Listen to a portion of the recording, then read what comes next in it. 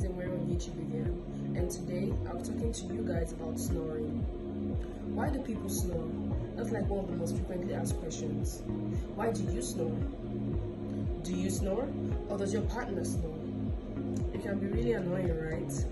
Well, guess what? Today we're talking about snoring, what it is, why people snore, and what you can do about it.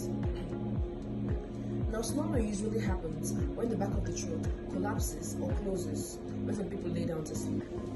Now, due to the collapsed airway, when an individual breathes, it can cause a lot of vibration and funny sounds, which we now refer to as snoring, which we now hear as snoring. What are the factors that increase the risk of snoring?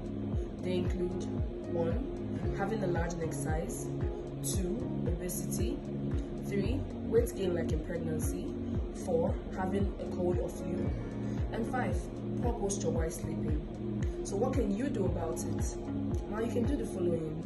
1. Trying to lose weight, 2. Sleeping on your sides, 3. Changing positions frequently while in bed, 4. Treating your cold or flu, either with the use of steam inhalation or silent rinse of your nose and sinuses. Now I do hope that was educative. For more health tips, send us a message. Thank you.